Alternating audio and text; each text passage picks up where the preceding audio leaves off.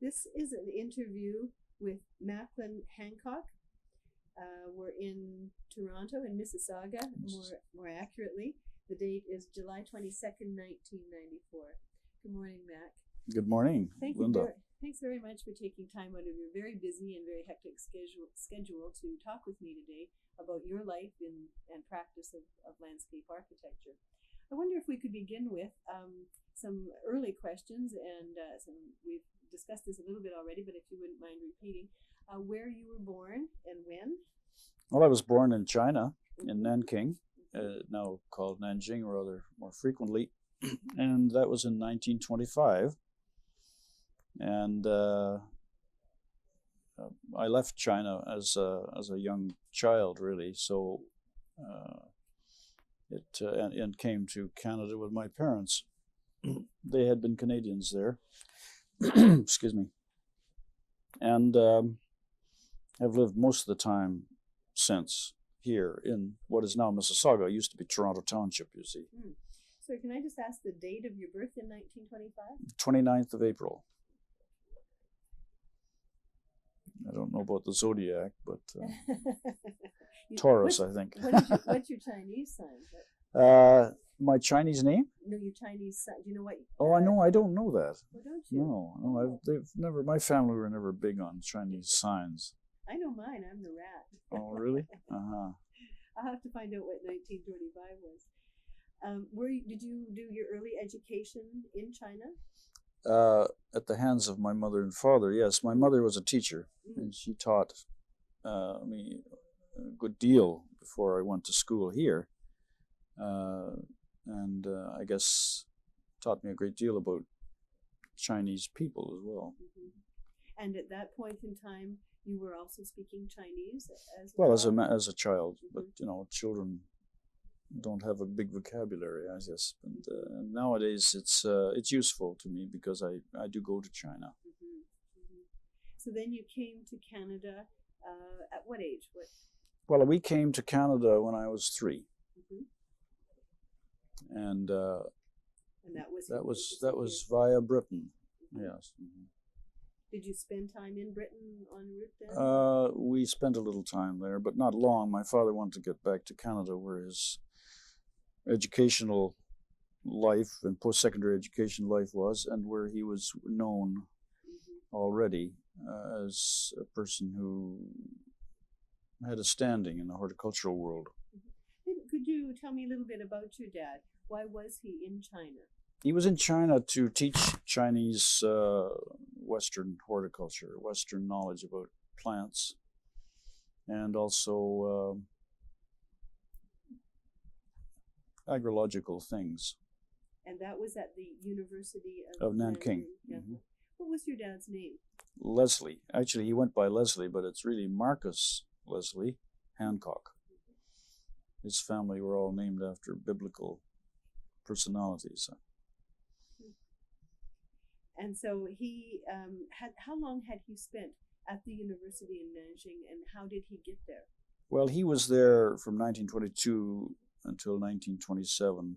Mm-hmm. And he went really from the USDA in Washington, where he had been working with Guy Yerkes after having been at university at Guelph, where he was a graduate of the University of Toronto, as it was in those days. He had been overseas during the First World War. In between, he had started at the university in Guelph in 1914. But he had a long experience with Canada through the war, and then also through the immediate post-war, where he was in British Columbia settling soldiers on the land during the summers and things like that, as he was finishing his education. And so then he went to China for this period of time, and then was offered a teaching position back here.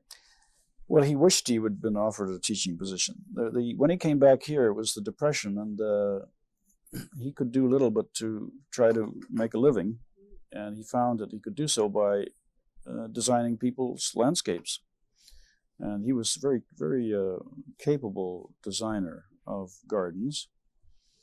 And of course, he was absolutely top master of as a planter. So he was very well received in Canada when he came back from overseas because of his contacts with Oriental things and also his contacts with British things. He had been born in Britain, came here in 1914. So he knew a lot about gardens, he knew a lot about landscapes.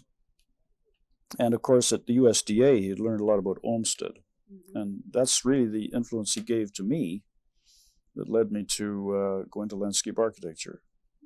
And it was his knowledge of landscape and design as much as it was of horticulture.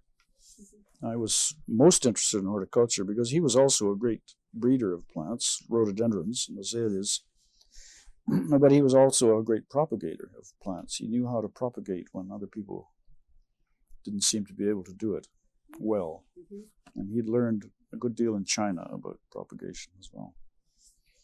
So then you decided to go, you did your general schooling here in Yes, Toronto, right here in Mississauga, Toronto Township. And then later, that was at Port Credit High School. And then I went to university at Guelph and took horticulture.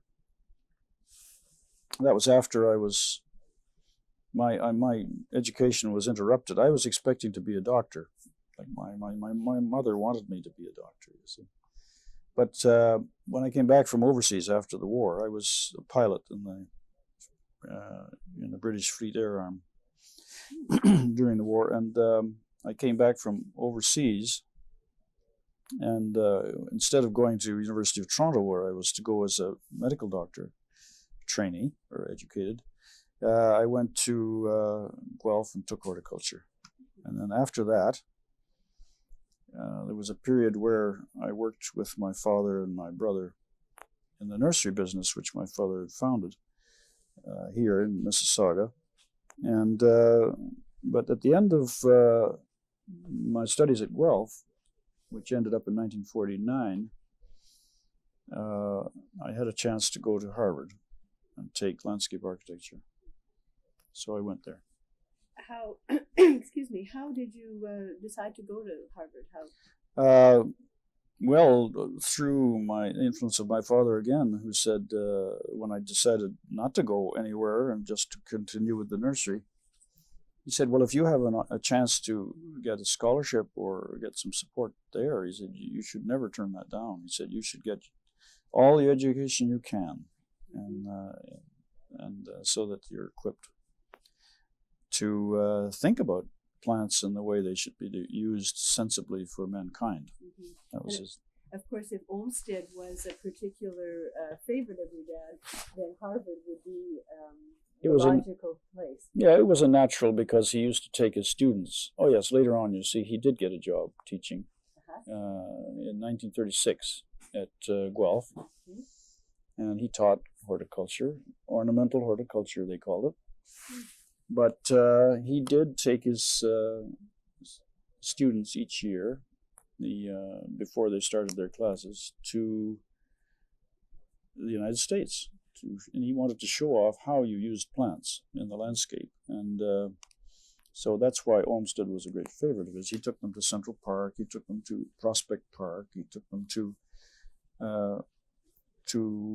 Boston, where he showed off the Arnold Arboretum, which was a great favorite of his.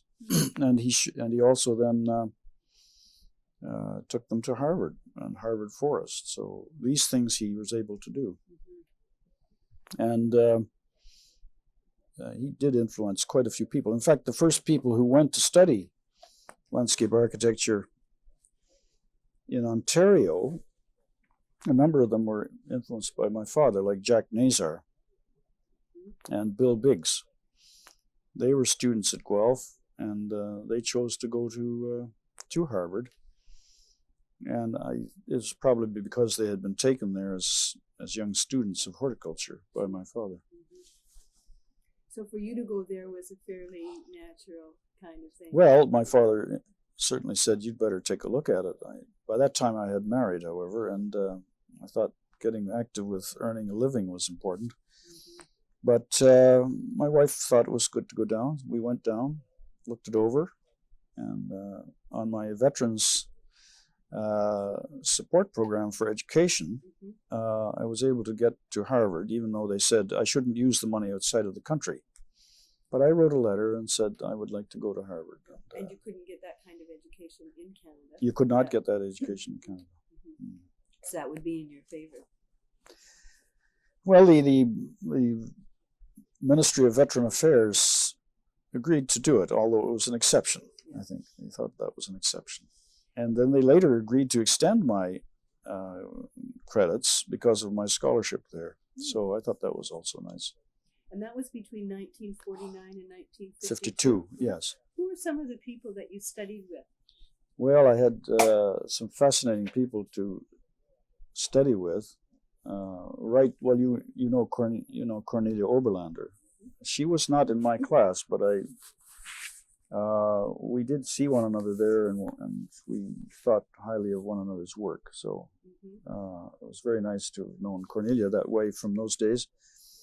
And her husband Peter had been there as well, and not studying landscape architecture but planning. And I was very interested in the whole three of the fields that were involved in the Graduate School of Design: landscape architecture, and planning, or city planning as it was called. And then I took also a design of cities course. So I really was interested in the whole spectrum. I never thought landscape architecture was so potentially useful in covering a lot of the spheres of the development of human settlements and the development of the enhancement of the landscape under humanization. So I found it very, very interesting. And the other students that I met there were also very interesting. One of them was Yo Ming Pei, the famous Chinese-American architect. And I worked with him in the master studio under Walter Gropius on combined projects. And what was Walter Gropius like as a teacher? Oh, he was a wonderful man. Wonderful man. Because the other people I've interviewed, he had retired by the time he was still kind of connected to the school, but I don't think other people actually studied. Well, Walter Gropius, I feel he was a friend, a real friend, because when I started doing my practice up here, I got in touch with him to see if he would do some things in projects that I was working with, like Don Mills, for instance. And he said, "Oh, well, you can use Canadians for that." But we did have a great and fine relationship, because I taught at Harvard as a lecturer for many, many years, and as a part-time lecturer. Well, it was a kind of a full-time appointment, but I was only there for about 6 weeks during the year in the design field. And of course, I'd see Gropius, and then I was chairman of the Alumni Association, so that put me into touch with him as well. But anyway, Gropius as a teacher was wonderful. He was so thoughtful, so able, so analytical, and so superbly critical, really, of people's work in the way that they were trying to develop what they were doing. And he was also able to change and grow with the times. I mean, this is what I found about him. But above all, he was the man that could understand building in the landscape. He wasn't landscape architecturally oriented per se, but his whole philosophy of the way to build was based on very rational consideration of structures, very rational consideration of the siting, very rational consideration of how they related to other structures to make up whole communities, and that's what I was interested in. So that was the basis of his design philosophy then? His design philosophy was that there should be interdisciplinary effect to design, that an architect should never work just as an architect. He should be working in close association with painters, with artists, sculptors, musicians, with furniture designers, with landscape architects, with urban planners, that he should never isolate himself to a single expression of architecture without having close association with others. That was Gropius' idea. It was a Bauhaus idea. And that did influence me a great deal, and that's really what made me go into a work that was rather more interdisciplinary than it was solely oriented to landscape architecture. Perhaps that's why I'm a planner as well as a landscape architect. Who are some of the other professors that you had at the school? Well, wonderful man. William Holford, who became Sir William Holford while I was there. And then later Lord Holford, for his work in creating the English new towns. He was the man who wrote the New Towns Act, as I understand it. Certainly he was the prime mover of the English New Towns Act just after the Second World War. And he was a perfectly wonderful man.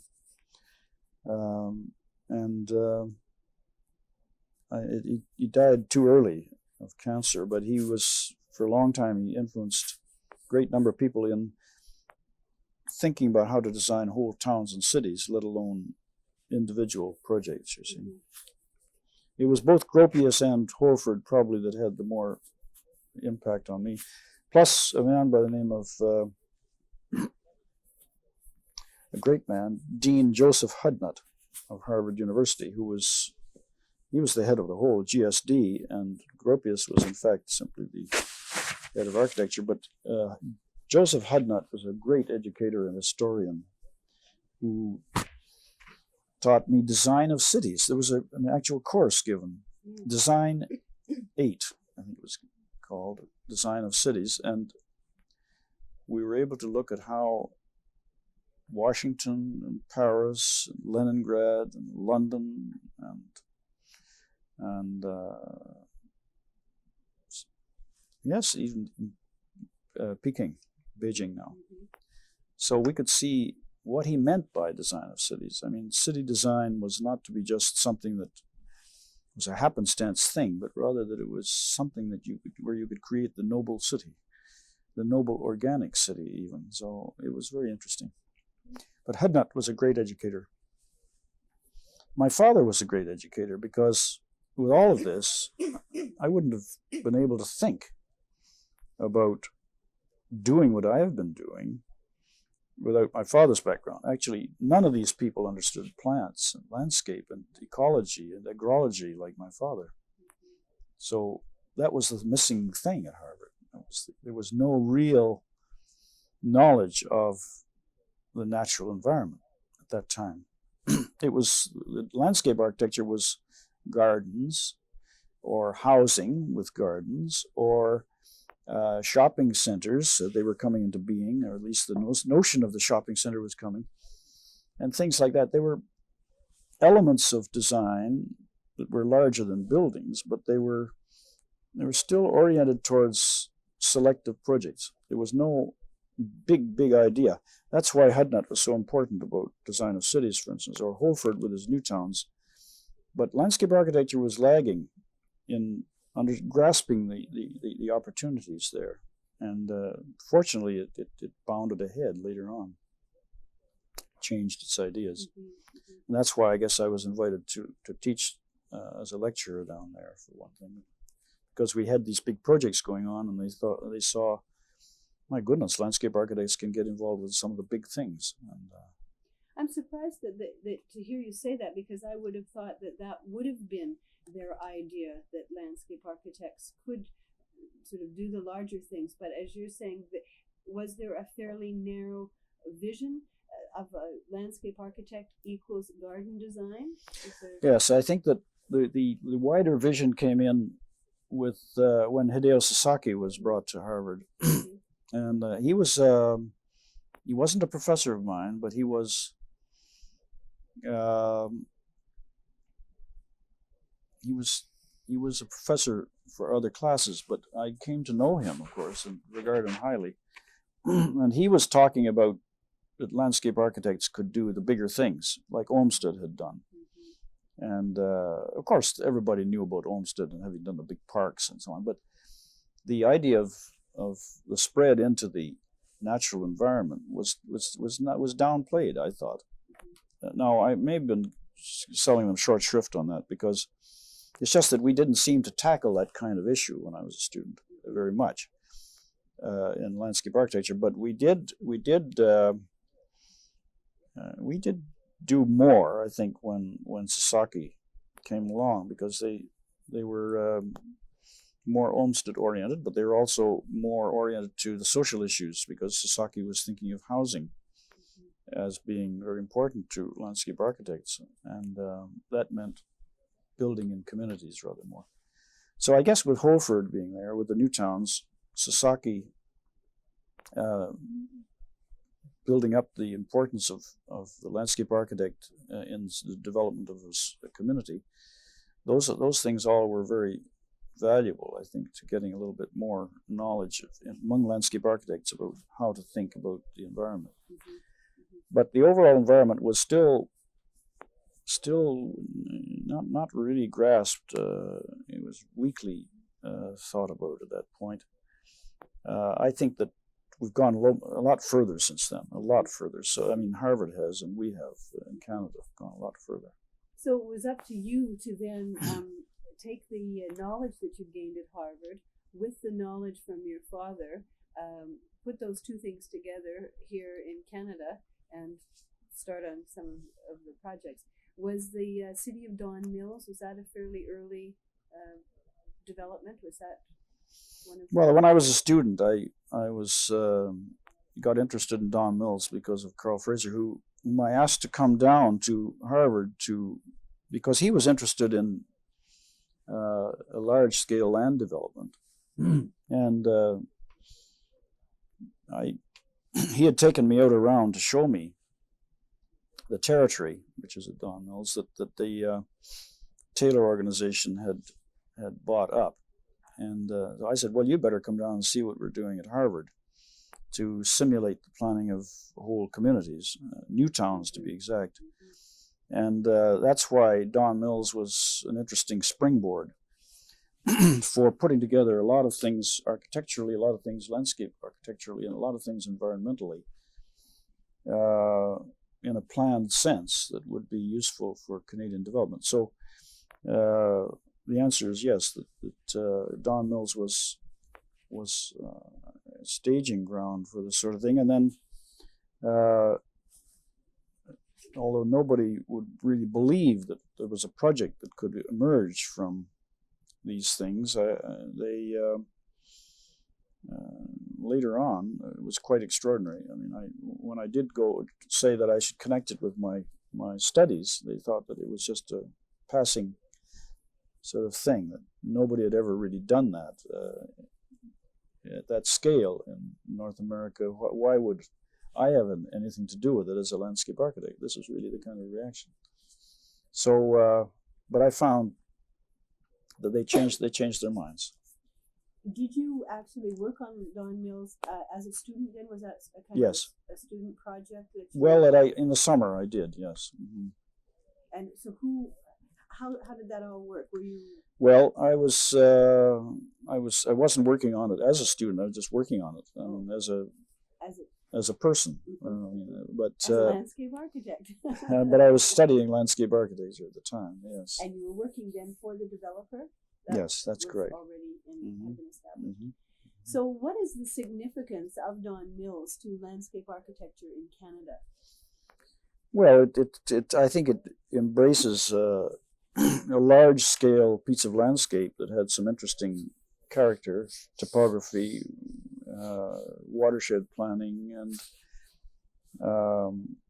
all those things integrally in its environment. And but it was also an opportunity to place buildings in the environment. It was an opportunity to place institutions in the environment. It was an opportunity to place all the components of living in a setting of landscape holistic development. So that's why it's interesting. And you were the primary consultant on the project? Well, I wasn't a consultant. I was an employee of Don Mills Developments Limited. I was the first employee of Don Mills Developments. So I had to organize all that. Yes, that's correct. I wasn't a consultant. I was a planner and implementer, and designer and implementer. So you did a master plan for this, and then a contracted architects to design specific buildings? No, I did the master plan. Then I designed. I don't understand this. No, that's okay. Then I designed the first phase, and then I worked with the company's engineers, appointed engineers, to work out how it would be engineered. And then after that, I worked on trying to set up new kinds of buildings. So I had to try to find architects who would be sympathetic to what I wanted to do. That was right in the first phase. That was in 1952. And there was just myself, really, as the employee. Then, one person can't do all these things, so I had to try to build up a little staff, which I did. But then went on with planning of the detailed planning of phase 2 and 3 and 4 and so on.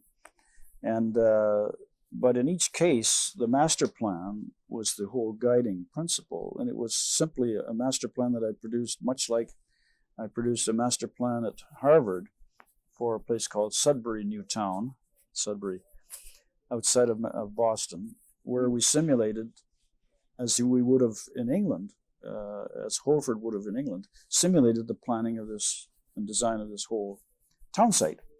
Well, Holford was so happy that students in landscape architecture could sort of pick up on that, and I was the leader of the team that produced that stuff, that I simply came back to Canada and did the same thing. That's but I was a student still. I mean, you shouldn't do those things when you're a student, I suppose. But the opportunity came, and I grasped it. And I didn't really want to be in that field. I wanted to be a horticulturist still at that point in time. But the opportunity was so immense in scope that one had to seize the opportunity. So I did. I found it very fascinating. And all right, what did it do? It first of all, I was able to employ some other people who were able to grasp the potential as well, and in the end, we were able to create new kinds of housing oriented to the landscape, not fighting the landscape. Each building was back to front. Houses used to have their front rooms. They were oriented to the streets so much, but here we could build houses where they could have some landscape feeling in their rear yards and front yards even, and that the rooms of the buildings were organized differently. That was the legacy of the architecture that went into Don Mills. Of course, that was a landscape architectural ideal, and or a Frank Lloyd Wright kind of ideal, but no architects in Toronto had a chance to practice in that way. So I got a hold of young people that were teaching at the university and said, we need to design some of these buildings. Now, you'll have to work with builder A, B, C, or D. And so that's the way it all was done. And my sister, who was an art student, she did the color for every building. And of course, it was systematically approached. I mean, you had to come up with coordination of everything. So, but she literally designed every roof color, every shingle color, every brick color, every door frame, all the color in the whole of the new town. Well, in the whole of the portion of the new town that we started with, at least. And so the whole idea was a landscape emphasis to building a community, rather than simply a tract development of building a community, which was going on at that time in big numbers. There was suddenly a burst of need for housing in Toronto, and Toronto region, Greater Toronto, and it was turning out to be just awful because every new farm that was laid out in a rectangle, and you could pump on these little strawberry boxes, they used to call them, of houses, but there was no reference to overall planning of a larger scale nature or landscape nature. That's where I found the importance of Don Mills, was that it's not just a plan, although it is a plan. It was a planned community in that sense, but it is a landscape-oriented plan. In other words, people living more in association with landscape. So, but at the same time, it's a community that is made for ordinary people, not for rich people, made for the workers in the industries that we were able to place there as well. Everything had a landscape bias. Even the industrial plants had landscape surroundings. There was a spa hotel that I located there, and somebody picked up on the idea, and it's built. That's the Inn on the Park. Just about everything that was done had a landscape kind of bias. So many people today who are critical of Don Mills, for one reason or another, most people I find are very pleased with Don Mills, but those people who are critical of it, they find that it's too landscape oriented, or that it's, and some people think that it's a very low density community. On the contrary, it's a very high density community, even by today's standards, as a new community. There, nobody had been putting apartment buildings in the landscape, or nobody had been putting townhouses in the landscape. These forms of housing were barely seen here. So, but that again was an element of landscape planning, because spatially organizing those things so that they were attractive in the landscape was a feature of the whole development. And positioning an open space system through weaving its way through these patterns of housing, that was also a landscape idea, which was ecologically directed, because all of these networks of open space systems and pedestrian walkway systems that I designed for Don Mills were laid out so as to follow the natural features and to retain the natural characteristics wherever possible of the trees or of the swales, drainage, streams and rivers, and which was hadn't been given consideration by most people.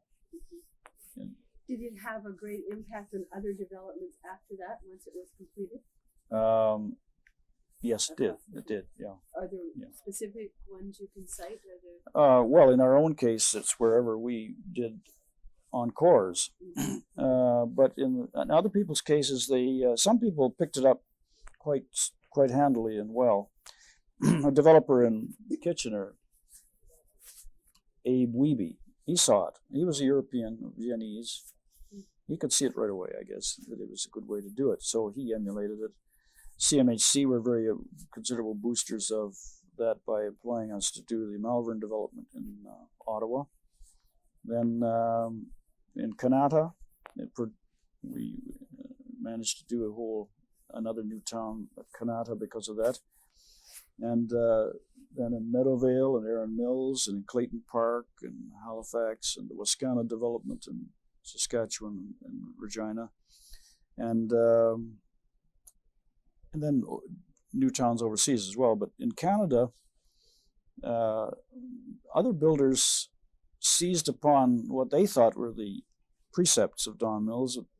They missed a lot of the boat because they only picked up on the notorious, or they only picked up on the housing, or they only picked up on the planting of trees. They didn't pick up on the overall holistic ideas that Don Mills had as its raison d'etre. Well, and I don't think they could have unless you did it, because it would be very difficult for someone else to come along and understand your philosophy and be able to duplicate that. Well, yes and no. I mean, that's a kind of an ego-centered thing, and I guess there is something to be said for feeling that you can do those things the best. But I believe somebody could have picked up on it and done better. But that person or persons, they didn't seem to emerge too readily. And but because not too many people have really built a whole new towns after that, and done it in a total way. Now, I want to be careful when I say that, because some of our colleagues in CSLA have tried to do this and have done very considerably good work with it. Like you'll find, like Brad Johnson in the work he did for Bramalea, for instance, and you'll find it in. Of course, Brad Johnson was one of the people we had in our office for some time, and he was very good. He went to Harvard as well after having started with us, and he was one of the people who could proselytize these ideas. And there were a few others, but I guess it's largely because there were not enough people educated in the same way who could see the whole picture. Brad was one of them, though. His father had a similar background to my father. He was a horticulturist. And then he went to Harvard, and so he got that. And so he was able to do it. Unfortunately, the client wasn't as receptive, so that the results maybe aren't the same, or not so visibly the same, although the precepts are there. No, you see, we had something outstanding to deal with, and that was the valleys of the Don River. It was a constraint. It forced you to think about how can I keep this wonderful natural heritage, and yet at the same time create a beautiful place in which tens of thousands of people can live. So that was the constraint. But in other cases, builders were not able to catch the logic of an open space system. They were not able to catch the logic of an open space system with an educational content. That is to say, where every school was placed in this open space system.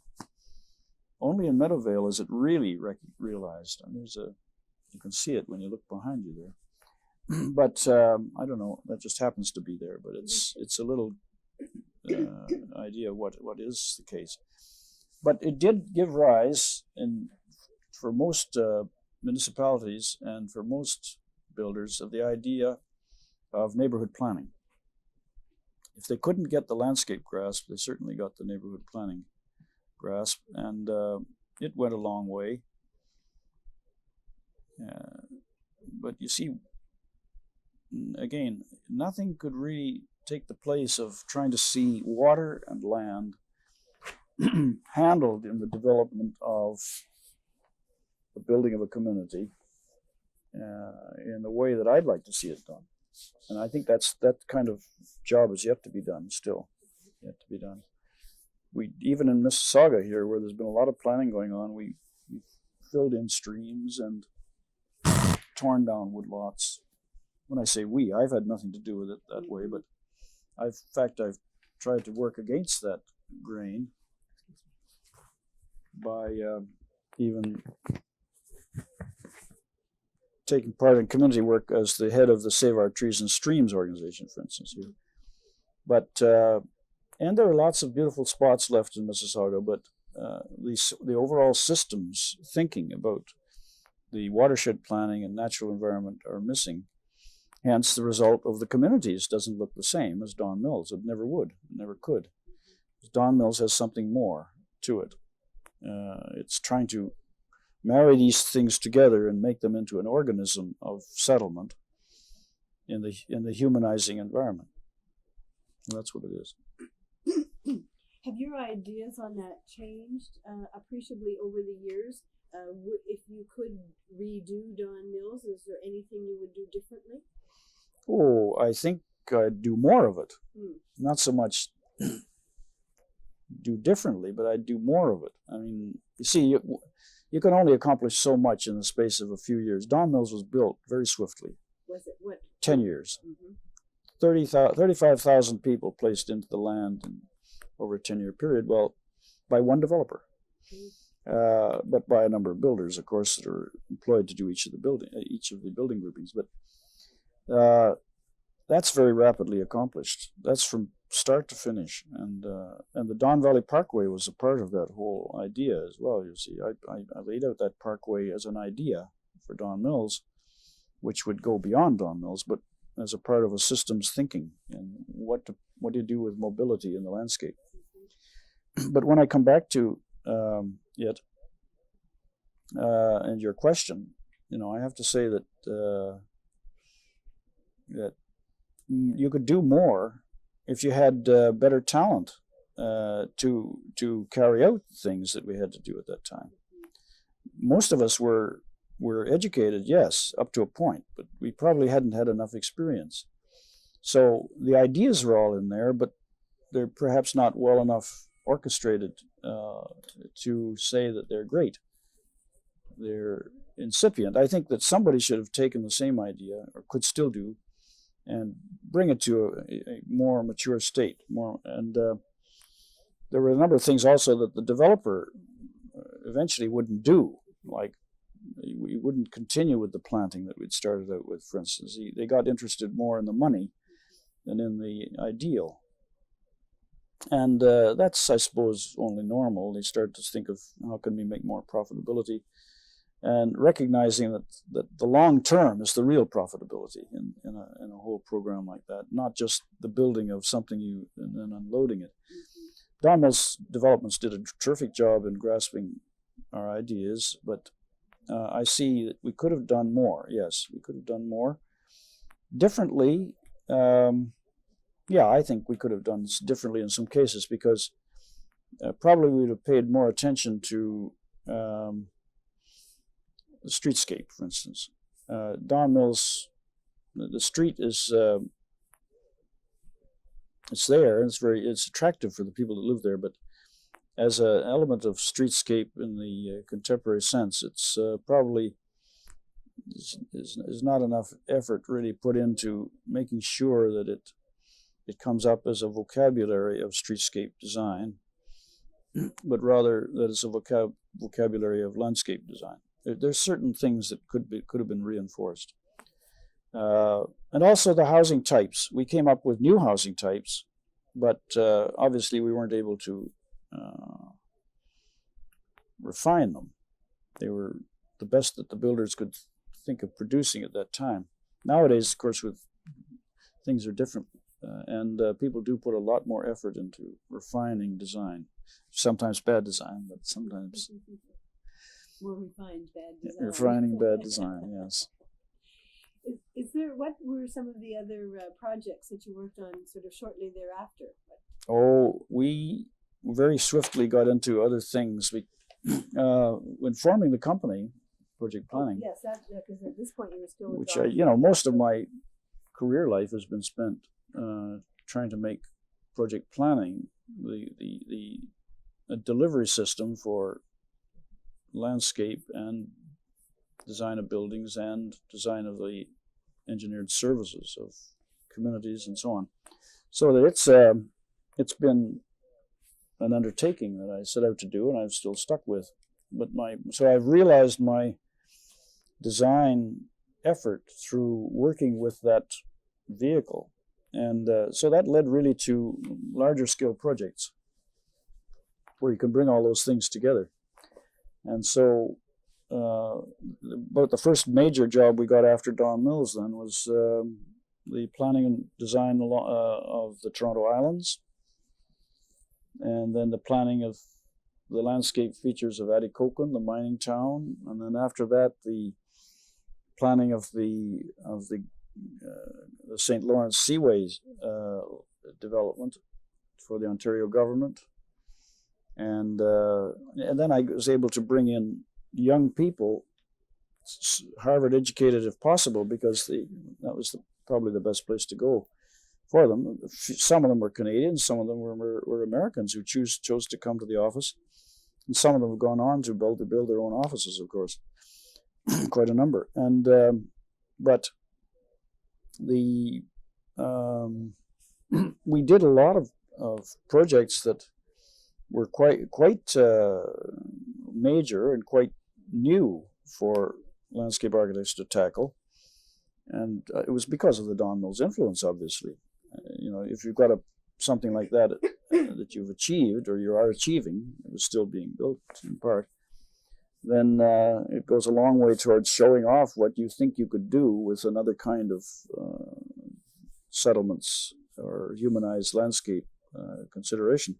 That's why Toronto Islands was our project, or the St. Lawrence, for instance. And then we got into whole city development work, and that is like the redevelopment studies and urban renewal studies for St. John in Newfoundland, St. John's rather, for the provincial and federal governments.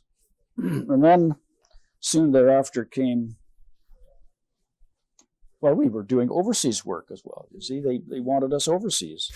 So we did the planning of the design of the Lyford Key development in the Bahamas. And then we did some work to plan a vacation resort in Jamaica in 1958, working with Peter Dickinson, the architect, this time, who had done some work for us at Don Mills. And then, oh goodness, it's electrifying. We got moving very rapidly. We did landscape work for the design of national parks, Waskesiu among them, and it was very, very interesting. And we did work for vacation resort developments like Celtic Lodge and Cabreton. We did. We were called upon to do things that were very far away and overseas. But so in Kuwait, we really, it was because of doing these things that we were interesting to the Kuwait government, who asked us to do their waterfront.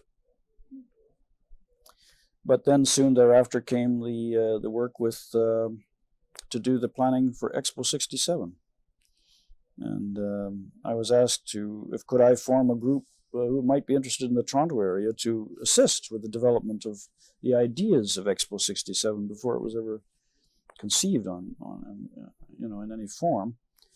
And then later, we were brought in to do the analysis of 7 different sites in the Montreal region, and which site would we recommend among those sites? We recommended the Island site, which was very unpopular, but the mayor of Montreal thought it was great, and Jean Drapeau thought it was great, and so that's the one he was willing to. Okay, sorry. The island site was selected, you said? Yes. So the government selected the island site, and it had to upset a lot of the work of previous people that had been working on where to put the Expo site. Most of them had felt up at that point they would like to do a redevelopment of a part of Montreal. But this island site turned out to be interesting to the mayor and to the government then, and then so we were asked then subsequently to do the master planning for all of it, for the whole thing.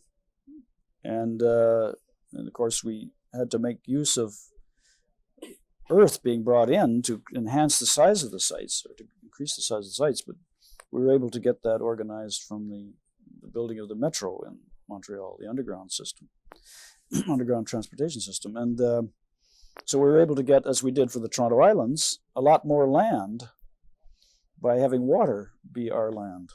So we made canals and lakes. That's how the Expo site is today.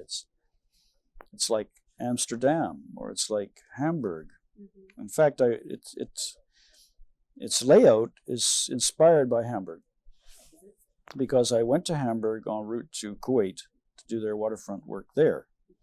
And we created these man-made islands because the Kuwait, I felt, was just a very dull sort of thing without creating land and water relationships. But I went to Hamburg en route because I knew we'd try to create something in the waterfront that was going to be more like our Toronto waterfront and the Hamburg waterfront. So that's why Expo 67 turned out to look that way. I've got the original photographs of the Expo model right here, and which I think you'd find interesting. Sure would. Maybe if you have a moment, you'd look at them. But we created the master plan model in January of '63 in our offices, and we put 20 people working on that day and night for 3 weeks. I mean, they didn't work constantly, obviously. People had, but we had the operation was going on a 24-hour basis to get that master plan work and the model created, and a huge critical path network for building it as well. And of course, it's a landscape idea. It's not like other World's Fairs, because the building of waterways and making them work in a three-dimensional way. It's Olmsted's Central Park. It's Hamburg's downtown. It's the Festival of Britain on the water side of the Thames. But more than that, it's the way of looking how to build a modern community three-dimensionally, vertically as well as horizontally, and planning and designing vertically as well as horizontally, and sculpting the landscape by that means, and giving people the excitement of their landscape in an urban setting. That's what is the inspiration of Expo 67. And only now are people realizing that, because they did a recent show in Montreal pointing out that Expo was the last of the great expositions that has a meaning for planning and designing towns and cities. Now, I never wrote that, but somebody's thought that. And I think that makes me feel very good. Because we're still trying to design towns and cities three-dimensionally now, as well as one in Shanghai, for instance, a new part of Shanghai, by thinking spatially as man in his landscape, with his built form, with his natural organic connection and needs with plants and animals and other people. And so the environment is an organism of living and enjoying. And the plants, of course, and landscape are fundamental to that, really. Many of the people that I've spoken with across Canada at various ages have said that Expo 67 was a very critical point in the development of landscape architecture in Canada. They've said that it was a focus for the Canadian people to see what landscape architecture was. I think so. Do you? Yeah, well, it was intended to be so. Mm-hmm. In fact, right from the day one, when Michel Chevalier had asked me to form that committee, I said that, this is a chance for us to really show off how we think about our landscape. And so when we got progressively, we did one thing after the other. The site selection was a landscape consideration, as well as an urban development consideration, because we had to think of what will happen to it in the future after Expo. But also the people who should be connected with the design should also be landscape oriented throughout. And in fact, after the site selection process, we got the job to do the master planning work. They were going to do it in-house. Colonel Churchill, who had asked me to come and head up their in-house group, and I said, no, we can only do it as consultants, because I've got other things to do.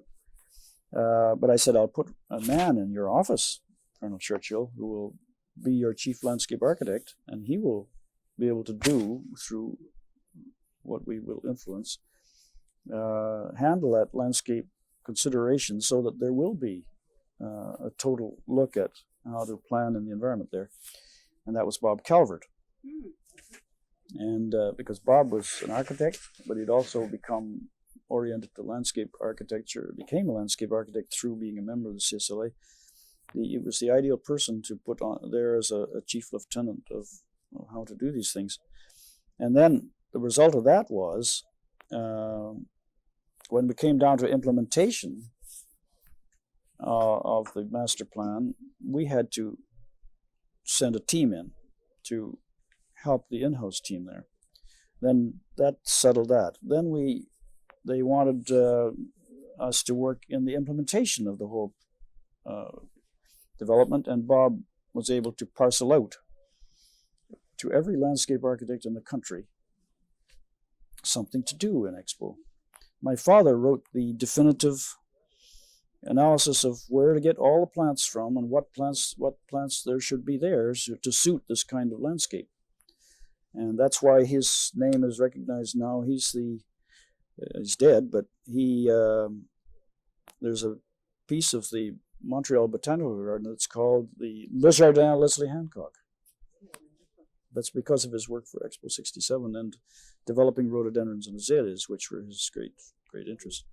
But and so Bob was there, and then we were able to, and of course the major job was to where the 70 international exhibitors would be placed and so on. So we got that job, but it had to be done more democratically. So Bob and the Canadian Corporation for the 1967 World Exhibition, which was the Expo executing agency, they agreed that if we formed consortia, we could bring in all the landscape architects. So we brought in Dunnington Grubb and Stenson. Actually, it was, you're going to interview her. It's Janina Stenson was the key executive on that for them. And then we brought in Austin Floyd. And although we had a much larger organization and therefore probably more overall effect on the vast coverage that it had to entail, they were very helpful in giving it their own personality in many ways also, because but that's what I liked about this job, because you could cooperate and collaborate with other people so well. And I think that's why it's spoken of so highly across the country, because everyone seems to have had a chance to do something. Yes, too. yes. That was a very good public relations maneuver. Well, it turned out that I won't give you all the details, but because it was a very nasty period there where just towards the point where Expo was going to be seen visibly off the ground, just within the last 8 months of the development, when it was misunderstood what the role of the landscape architect was and the landscape architecture was to be in Expo 67. And the engineers in Montreal wanted to do one thing. Bob Calvert and all the rest of us wanted to do another thing. And so I was asked to go down and make sure that this didn't all fall apart. It had fallen apart. Resignations had been already tendered. But so I was able to pull together a meeting with the president of Expo and somehow get it back to the point where the engineers would have to step backward and have the landscape architects responsible for the final definition of the surface topology of what was going on there, which meant the grades had to be set in relation to the buildings rather than in relation to the underground services. So it was quite a dramatic moment in the building of Expo, which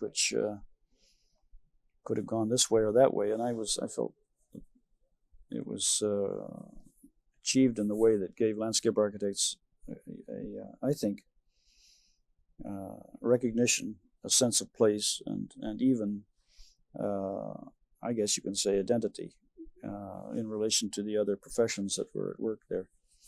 So there was no confusing the outcome. It was really a landscape creation as much as it was any other kind of creation of built form. Has it been a good, that sounds like such a very positive kind of thing for landscape architects and landscape architecture. Has it had the kind of influence and impact on landscape architecture that it could have had? Oh, not enough, no, because Montreal didn't have a waterfront that was worth noting before that. It was just all the old buildings of Montreal, the industrial waterfront of the sort of Canadian city. Toronto had a waterfront. I mean, we had the what they called the the sunny side. They used to call it Sunnyside, but it was a great idea of the builder of the Kingsway, who was on the Harbor Commission to create Sunnyside. But and then it also had the Toronto Islands, which had been all run down cottages and housing, but became a great park, which we'd been involved with, of course. And it was those things Toronto had. Montreal didn't have it. But here was a chance to leave after Expo a great piece of waterfront for Montreal. That's what I was excited about, because it could have been just a most remarkable centerpiece of that whole Montreal region. It yet hasn't become that. I think it's they've used it for a racetrack, which does very well, and it's a wonderful place to hold races, and zooms around among the islands and all that. But and then it's also the place where they built. I think they built or they're going to build a casino. So to my mind, it's not exactly it, but they have left La Ronde, which is just a great institution every year. Nobody has that in Canada. I mean, it's a wonderful, well, you have to go to Canada's Wonderland to get some of the same things, but no, it's more so than, because it sits in the middle of the St. Lawrence River, looks back at the city. It's like Toronto Islands only, and Ontario Place all put together, only more so. And they've got La Ronde. And it goes on as a great amusement park. And, if in the summertime, if you don't go to La Ronde quite a few times, you're missing something. How about the rest of Canada? Did it have any impact on landscape architecture throughout the country? Oh, yes, I think so. Expo 86, of course, was influenced very substantially by Expo 67. In fact, one of the people that I worked with in Expo 67 was the right hand to Colonel Churchill on critical path programming. He turned out to be the constructor of the 1986 Expo in Vancouver, which is on the waterfront too, as you know. But they used a lot of ideas that were developed at Expo 67. And of course, it had a landscape impact that created that whole False Creek. Started to create that whole False Creek environment. Then other cities and towns, yes, the new waterfront for Winnipeg, which we had suggested back in the studies we made for Winnipeg with their urban renewal in 1968, just after Expo 67. We put a Tivoli Garden and waterfront development in it. But then now they're actually implementing a great deal of that. So yes, Expo 67 lives on. Not at that same scale, perhaps. In other parts, nearly every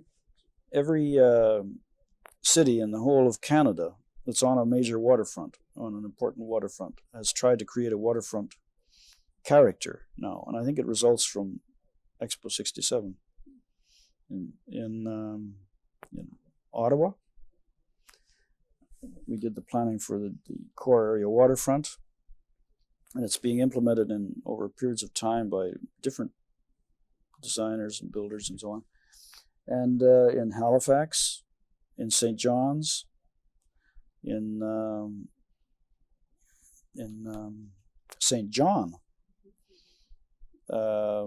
in Quebec City, of course, Toronto's gone on to do a lot more since then. I mean, the Ontario Places, which we did the planning for, and we created the idea for Ontario Place. It's I've got models here. You can see them. That's a direct outgrowth of Expo 67. So yes, Expo 67 lives on as a great influencer of landscape. Toronto's waterfront benefits from having Ontario Place.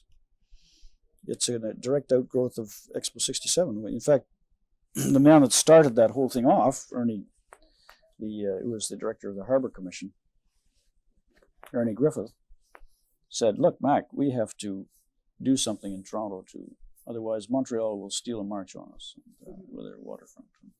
We don't want that. He said, I've got a chance now with the CNE, of which I'm a director, to influence what should be done with our waterfront here. Can you plan something that we can accomplish? And he said, especially with what you did at Expo 67, there's something to be said for what we should do here. I said, you're right. And so that's how we got involved with the planning of Ontario Place. And so we produced these studies, and the Ontario government got interested, and they wanted to create a place. So we could name it Ontario Place. And so all of that had to be worked through. We had to come up with landscape architecture in a big way for that.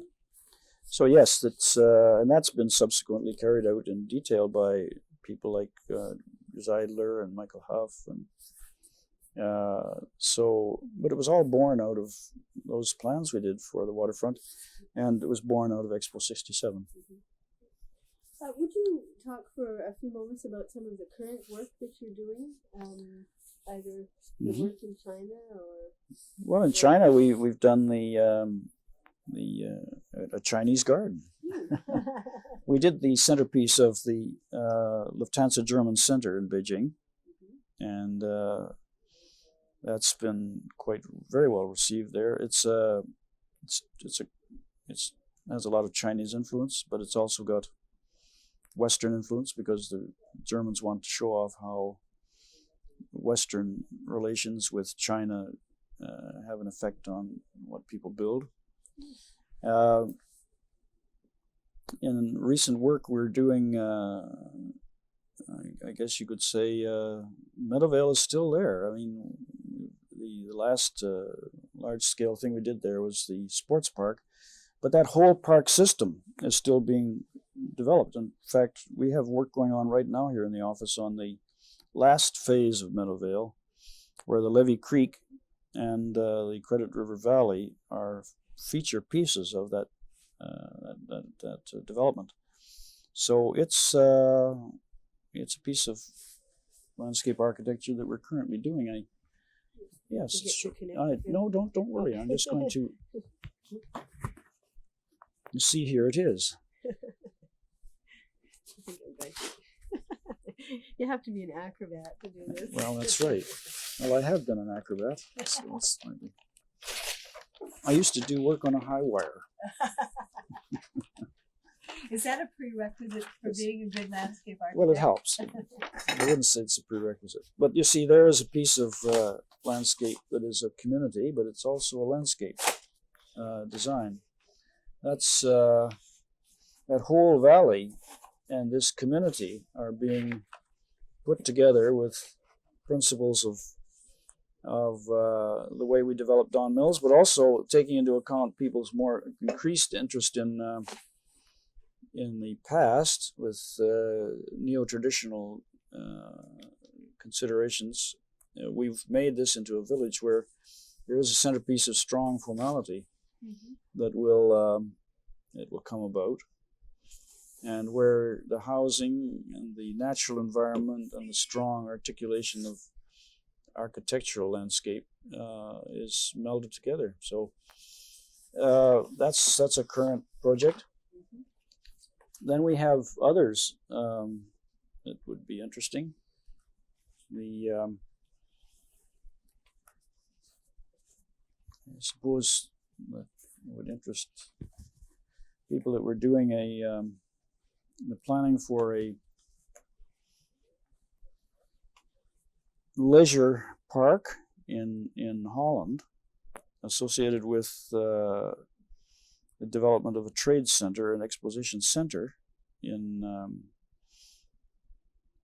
it's just out in the outskirts of Rotterdam, where we've been doing preparatory studies, and it's now going to enter the phase of design development, and it's got an Oriental bias because it's being put together by the overseas Chinese in Holland, who would like to show off the fact that they're modern too, and they've got a culture, but what they have to sell and trade with is very important to Europe, and so it's a piece of landscape that emerges with waterways and hills and things that can be seen out of the past from China, but also things that can be seen in the present. Modern building, restaurants, hotel. It's all in this, I guess you could say, themed parkland environment. So that's been a very exciting thing to consider. What else have we got that's interesting? Well, in our Ottawa office, we had been doing a lot of work for the National Capital Commission, and right down to the present day with parks, open space system planning, and in the case of and working for constructors of housing developments. Let's see what would be maybe more interesting for people who think of the landscape as being important to villages and towns.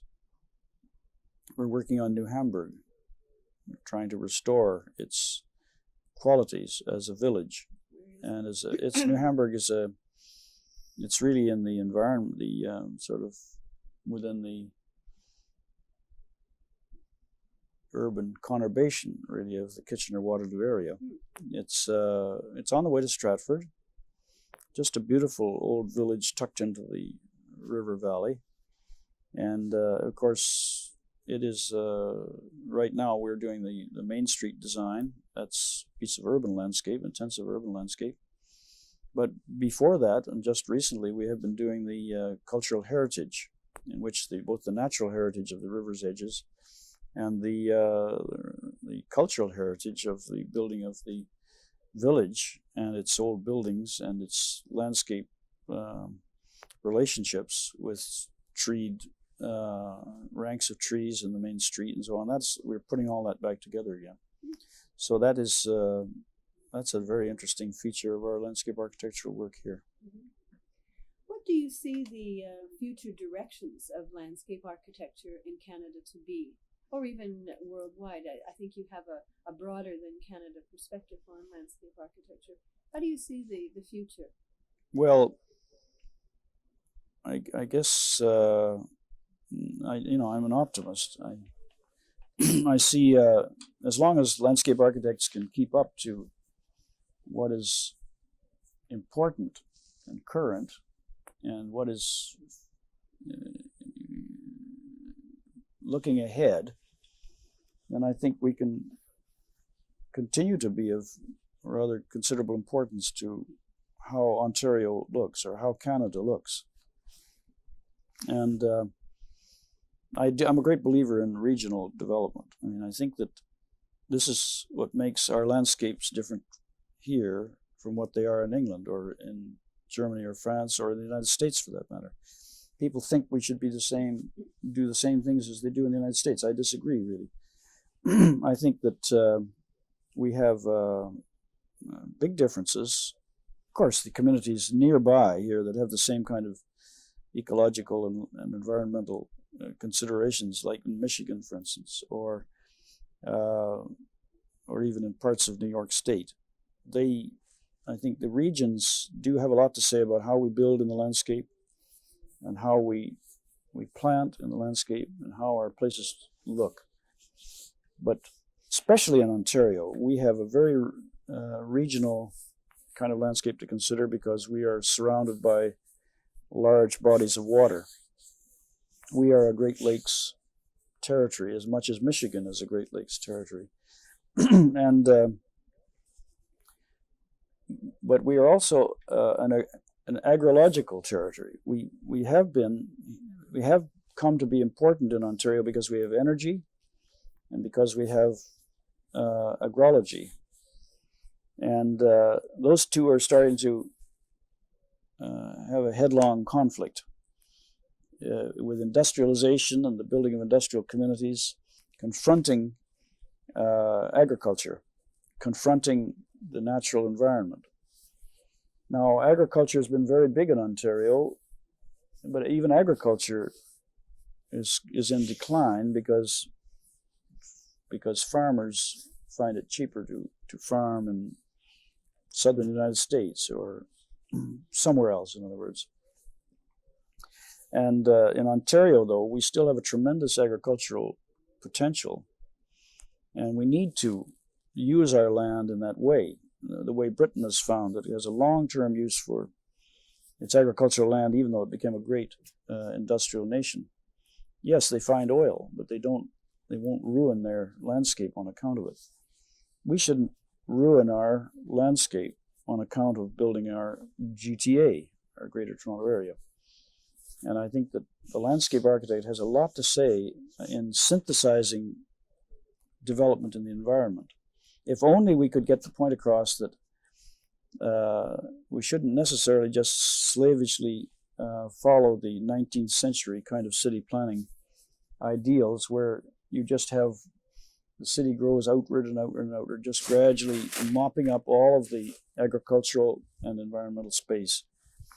I think we could do a whole lot more to think about the environment the way the Germans do, the way even the French can do. And that is that they think about their village, towns, and cities as places that need growth and development too, and that we don't have to all live in the Greater Toronto Area. And I think landscape architects have got to start doing something about that by showing how important it is to create of the landscape something that is just as important as living in a dwelling.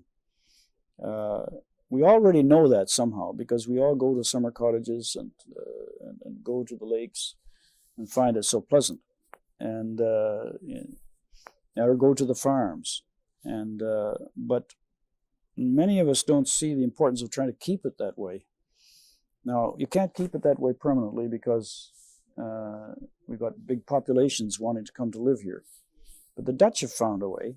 They know how to create landscape and cows and water and cities and towns all in one small little countryside and make it work very well. Even motorways, even some of the most sophisticated transit systems.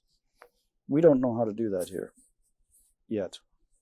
And I think landscape architects have got to take an interest in those things. At least from the landscape architecture that I see, we have to be heard a lot more when it comes to placing people in the environment. Because after all, that's our job, isn't it? Placing people in our environment. It's just that we sometimes forget that there's a big macrocosmic scale to this as well as the microcosmic scale. Yes, it's nice to make something beautiful here, or even workable, or even as an organ of development. But what we need is the whole organism of development. And where the power of the farm lands and the power of the watersheds and rivers and streams is a governor of where we place settlement, and that it, and not highway systems and or location of industry is going to tell us what to do. Location of industry is seen in other countries as being very strategic, to give economic wealth to outlying places as much as to central places. The Japanese know that. They've put a plant at London, Ontario to build automobiles. Why there? I mean, why not come here the way Ford or GM did? And no, they're smarter than that. Why did they go up to Alliston with? You see, I think that these are the things that we could do more of in Ontario, and it takes a landscape kind of thought to get this further developed. And I think landscape architects have to influence that, and they can. How can they? Well, the landscape architects are being heard now these days. I mean, people are asked to speak at conferences.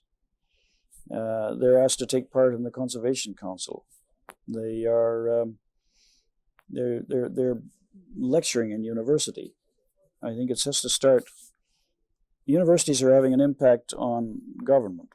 You know, what they think at universities about industrialization or about settlement or about the environment are being heard. All these things are important. So I think there's no one single place, but I think there was a breed of landscape architects that we were developing here 15 years ago who really were thinking about what can we do about community development design. And I think that's gone now a little bit more in another way. That's gone in the direction of urban forestry, for instance, or in protection of the environment, the natural environment. But there's always the problem of going for one sort of thing and dropping the other instead of seeing it still in the whole. I would say our biggest challenge as landscape architects in the future will be this question of living in the landscape, not so much living in a city that we're going to landscape. I think that we've already started that kind of doing, because people, when they hit 60 or 50 even nowadays, they can find it that they can live a long way from Toronto and still enjoy the benefits of Toronto as a cultural center. But they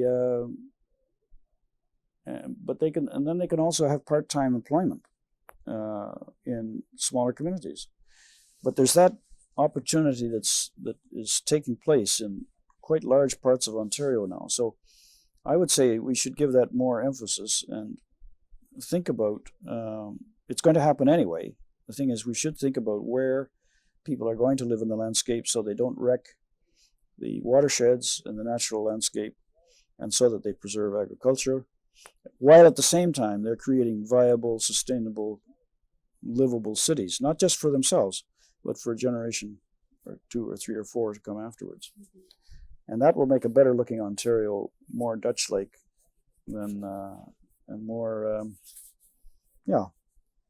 more Dutch-like.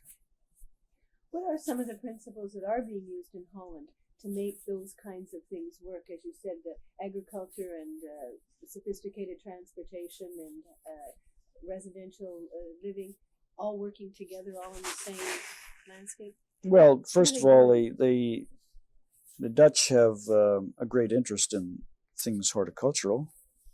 I mean, I can show you a place in Holland where they have 50 square miles of plants under glass. Now, there's a reason for that. People realize the importance of vegetables in their diet.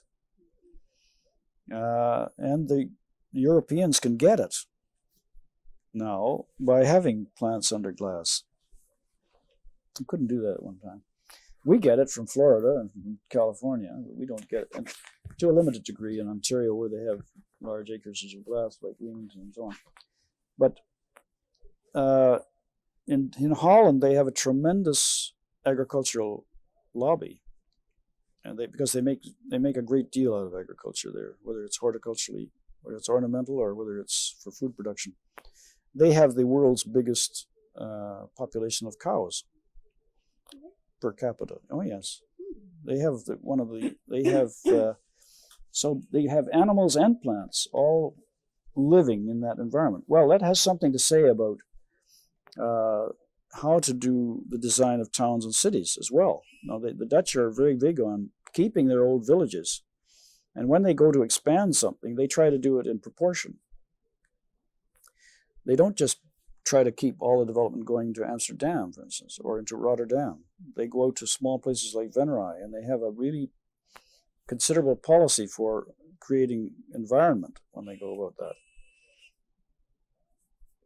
I would say the features of Dutch development are that you've got a lot more interest in the environment because they have created their own environment.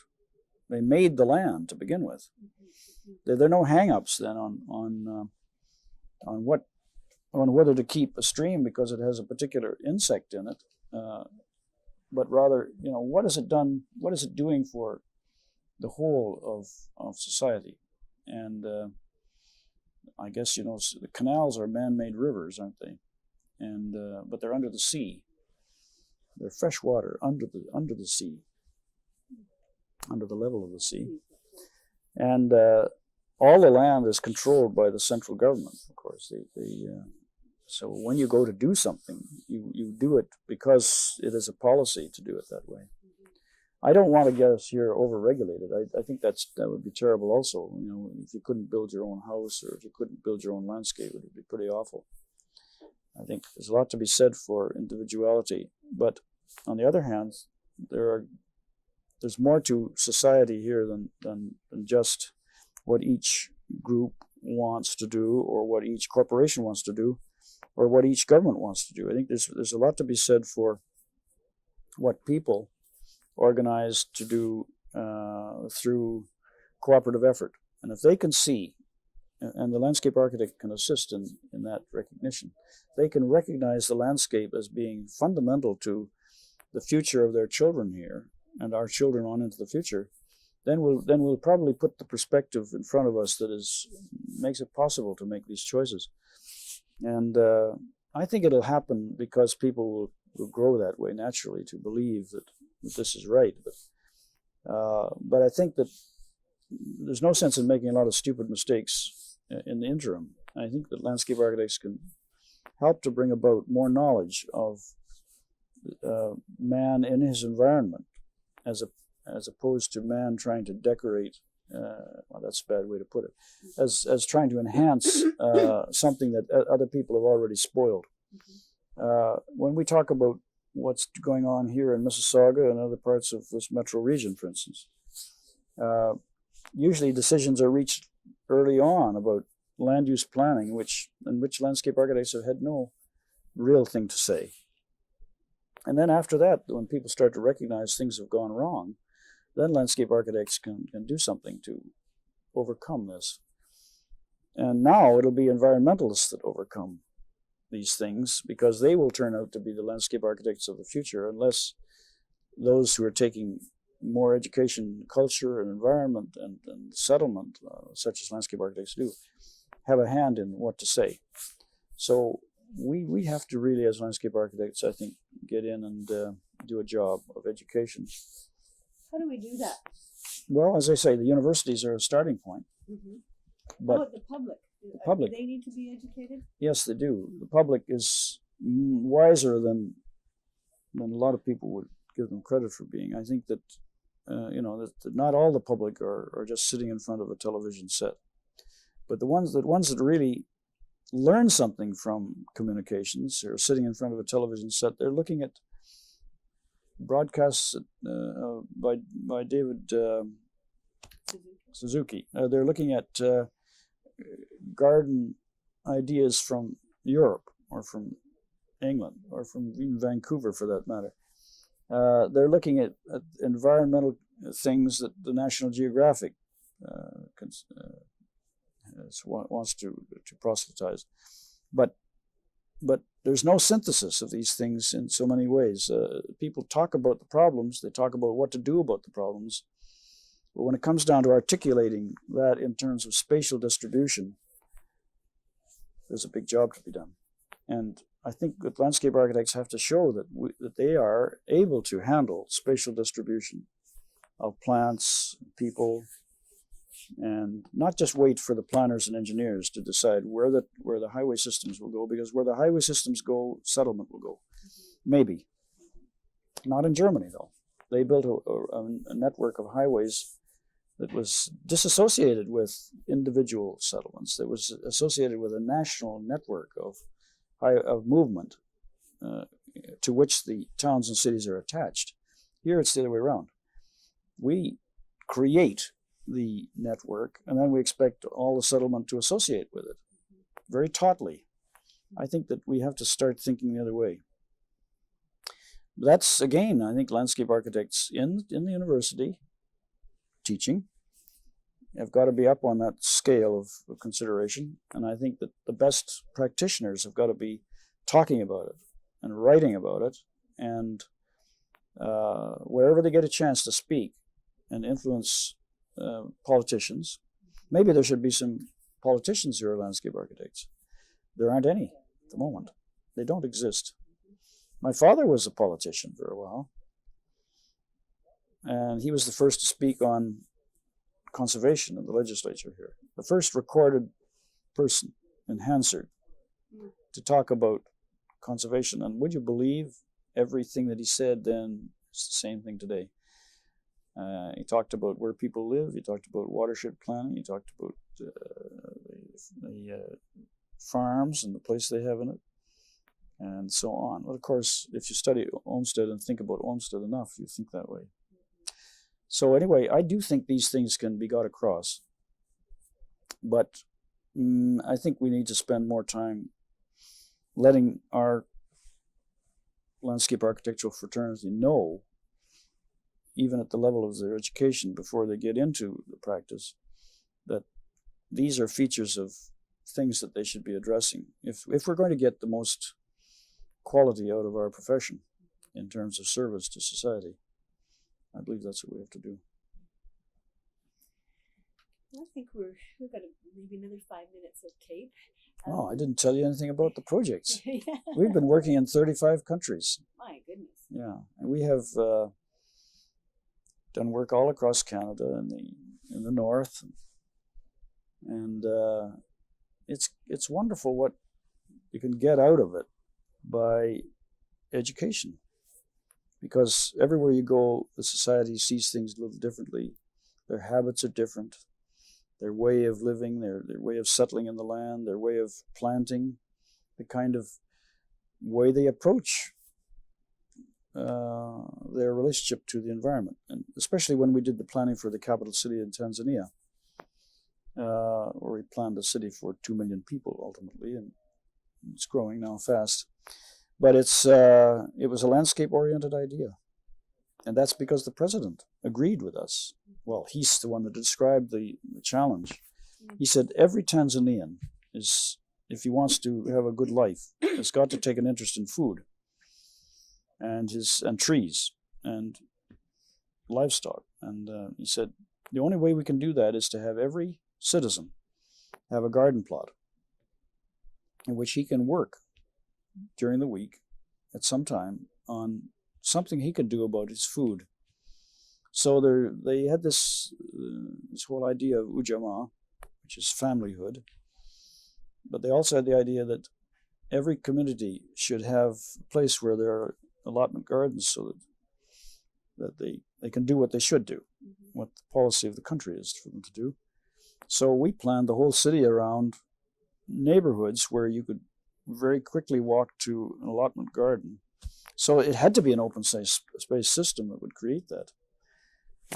So it's wonderful. And there's something to be said for that in our own society. But here, the allotment garden idea is not particularly interesting, but in Europe, it's very big. It was created by a fellow I came to know, who started the idea of these allotment gardens, which developed more in Germany and Switzerland than they did in England. But the principle of thinking about the environment, though, comes from that kind of thing, and that's where Dodoma was great for us to work with, and other landscape architects that were working in the firm at that time, like Walter Kem and others. And they learned a lot. We learned a lot. I learned a lot. My father had done this before in China, but I mean, here it was going on today. That's been one of the big advantages of project planning too, I think, is that there's not been a person that I've interviewed that hasn't mentioned your firm and mentioned, having spent some time here. And I think it's been I think Brad Johnson was the one who said that he went to school at project planning. And I think and I think that your company has played a very important role in the education of landscape architects in Canada. And just when I was saying, well, we kind of have 5 more minutes of tape. In fact, it's now down to 2. I'm saying it's not possible in 90 minutes to even begin to touch the surface of what you've done and what you've given Canada in terms of landscape architecture. I mean, it's an impossibility. Well, it's not. I'm not a great promoter of myself particularly, but I do like to promote a great ideal. And everything I've touched, I tried to turn it into something that would fit into that kind of category of consideration. But even the University of Guelph, for instance, which we